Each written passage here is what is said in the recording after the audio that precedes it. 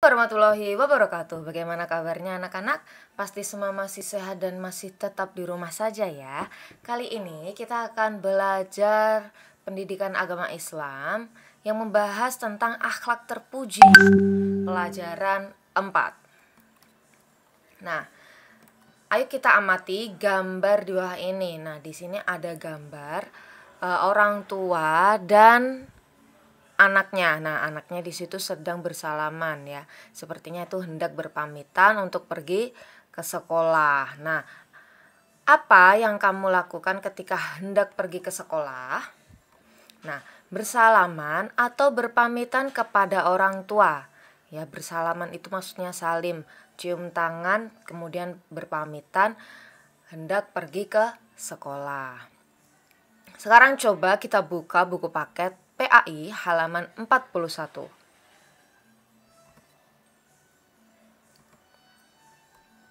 Tahukah kamu apa itu akhlak terpuji? Nah, akhlak terpuji merupakan perbuatan baik yang disukai dan dipuji oleh banyak orang. Ya, intinya adalah akhlak terpuji merupakan perbuatan yang baik. Ya, perbuatan yang baik, perbuatan yang santun, tidak merugikan orang lain, dan itu patut untuk dicontoh.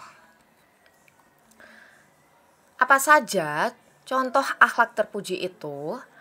Yang pertama ada hormat dan patuh kepada orang tua, hormat kepada sesama anggota keluarga, kerjasama dan tolong menolong, hidup bersih dan sehat.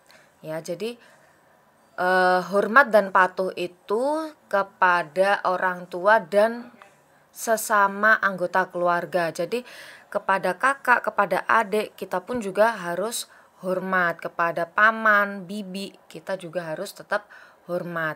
Kemudian kita menjaga hubungan untuk kerjasama dan saling tolong menolong. Jadi ketika keluarga kita ataupun orang di sekitar kita membutuhkan pertolongan, maka hendaknya kita menolong. Dan kemudian juga kita ikut andil dalam kerjasama ketika di keluarga kita ada melakukan acara dan itu membutuhkan bantuan. Kemudian hidup bersih dan sehat ya. Ini sebagian dari iman ya kalau kita hidup bersih dan sehat. Nah, sekarang kita buka buku paket halaman 42. Hormat dan patuh.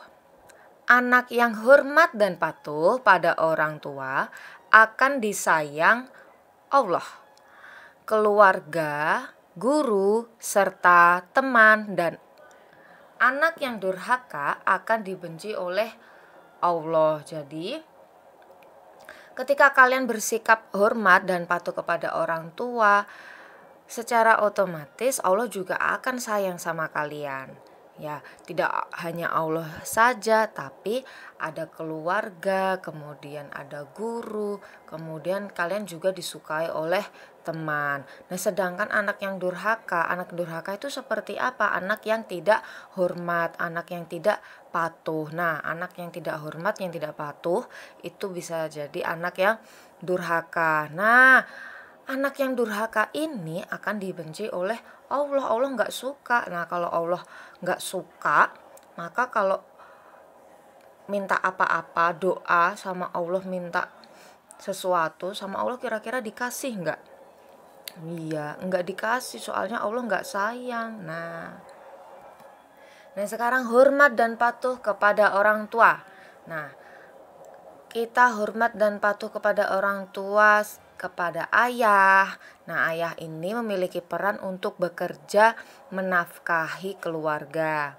Sedangkan ibu bekerja untuk menyediakan keperluan kita seperti makanan, kemudian pakaian, dan lain sebagainya. Nah, jika kita tidak hormat kepada mereka, maka kita termasuk anak yang durhaka dan kita bisa dimasukkan ke dalam neraka dengan api yang menyala-nyala.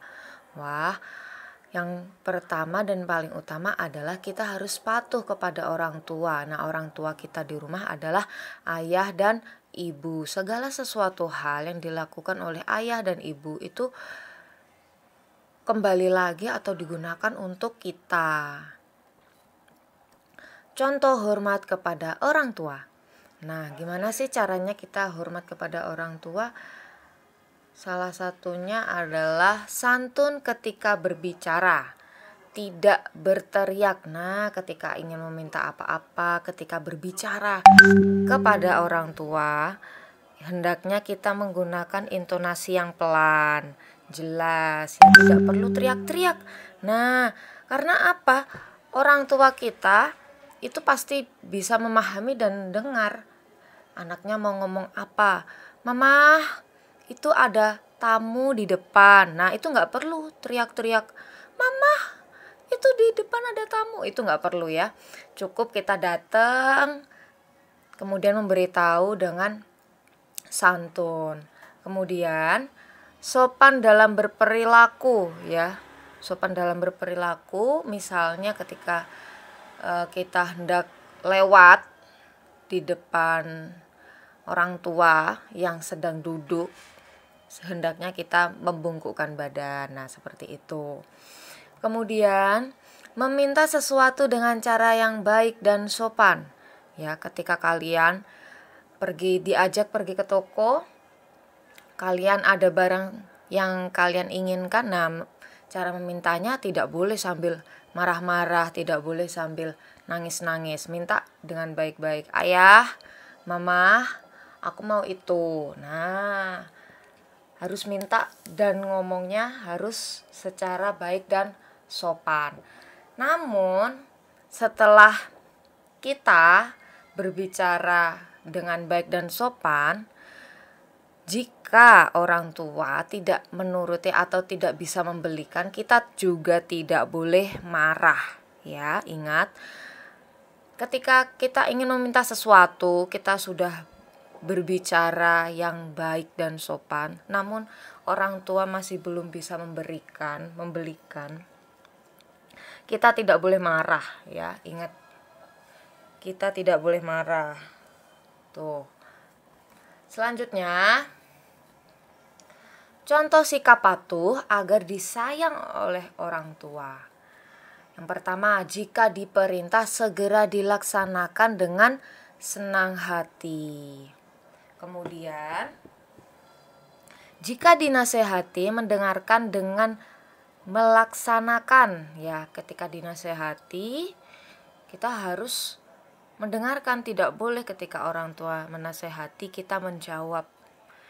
Itu namanya tidak patuh ya. Selain didengarkan, kita juga harus melaksanakan apa hal yang disampaikan oleh orang tua kita. Tidak membangkang perintah orang tua. Nah, misalnya kalian disuruh belajar. Nah, kalian harus melaksanakan, harus belajar. Nah, kenapa sih orang tua memerintah kita? Nah, kembali lagi untuk kebaikan kita sendiri gitu. Misalnya seperti itu tadi. Kita disuruh belajar. Ya, setelah maghrib kita disuruh belajar, mengerjakan PR, tugas-tugas sekolah, maka harus berangkat, harus melaksanakan. Tidak boleh ketika kita disuruh untuk belajar namun kita menolak. Aku nggak mau aku masih asik nonton TV. Nah, itu nggak boleh ya. Lanjut, hormat dan patuh kepada guru. Siapakah orang tuamu ketika berada di sekolah? Nah, orang tua kita ketika kita berada di sekolah adalah bapak dan ibu guru. Ya, semua bapak ibu guru yang ada di sekolah, maka itulah orang tua kalian. Nah, contoh sikap patuh dan hormat kepada guru adalah jika bertemu mengucapkan salam dan tersenyum. Ya, ini bersikap ramah ya. Jadi ketika bertemu berpapasan, Assalamualaikum. Nah, sambil tersenyum. Kemudian berbicara yang sopan. Nah, ketika diajak atau ditanyain sesuatu sama guru, maka kita harus berbicara yang sopan, tidak teriak-teriak, tidak tergesa-gesa, dan dengan intonasi yang pelan. Kemudian mematuhi peraturan di sekolah. Nah, ini salah satu cara sikap patuh ya. Dimanapun kita berada pasti ada yang namanya peraturan. Nah, di sekolah pun juga ada peraturan. Nah, ketika ada peraturan memasukkan seragam di dalam celana ya, memakai seragam dengan rapi, maka kita harus menggunakan seragam dengan rapi. Kemudian jika bertanya, mintalah izin dengan mengangkat tangan ya. Jika hendak ingin berbicara ataupun ingin bertanya, harus mengangkat tangan. Setelah ditunjuk, setelah dipersilakan, maka kalian boleh bertanya. Kemudian jika lewat di depannya, berjalanlah dengan menunduk sambil mengucapkan permisi gitu. Tugas PR harus dikerjakan di rumah ya, dikerjakan dengan penuh tanggung jawab ya, karena tugas PR yang diberikan oleh guru kepada siswa itu untuk mencerdaskan siswa ya, agar semakin pintar dan semakin paham dengan pelajaran. Maka dari itu kita harus semangat ketika ada tugas atau PR dari sekolahan, kita harus semangat untuk mengerjakannya. Selanjutnya, hormat dan patuh kepada sesama anggota keluarga. Semua anggota keluarga harus bersatu dan bekerja sama dengan cara saling menyayangi dan menghormati. Kakak harus menyayangi adiknya. Begitu juga sebaliknya. Adik harus hormat kepada kakaknya. Tidak mengganggu satu sama lain, artinya tidak boleh usil ya, ketika kakak atau adik sedang belajar atau sedang bermain, kita tidak boleh usil ya, karena kalau kita usil, kita jahil, kalau adik atau kakaknya marah, tidak suka, nah itu bisa menjadi ribut ya, bisa menjadi tidak akur. Kemudian sesama anggota keluarga tidak boleh bertengkar. Ya, harus rukun, bermain bersama, makan bersama, belajar bersama.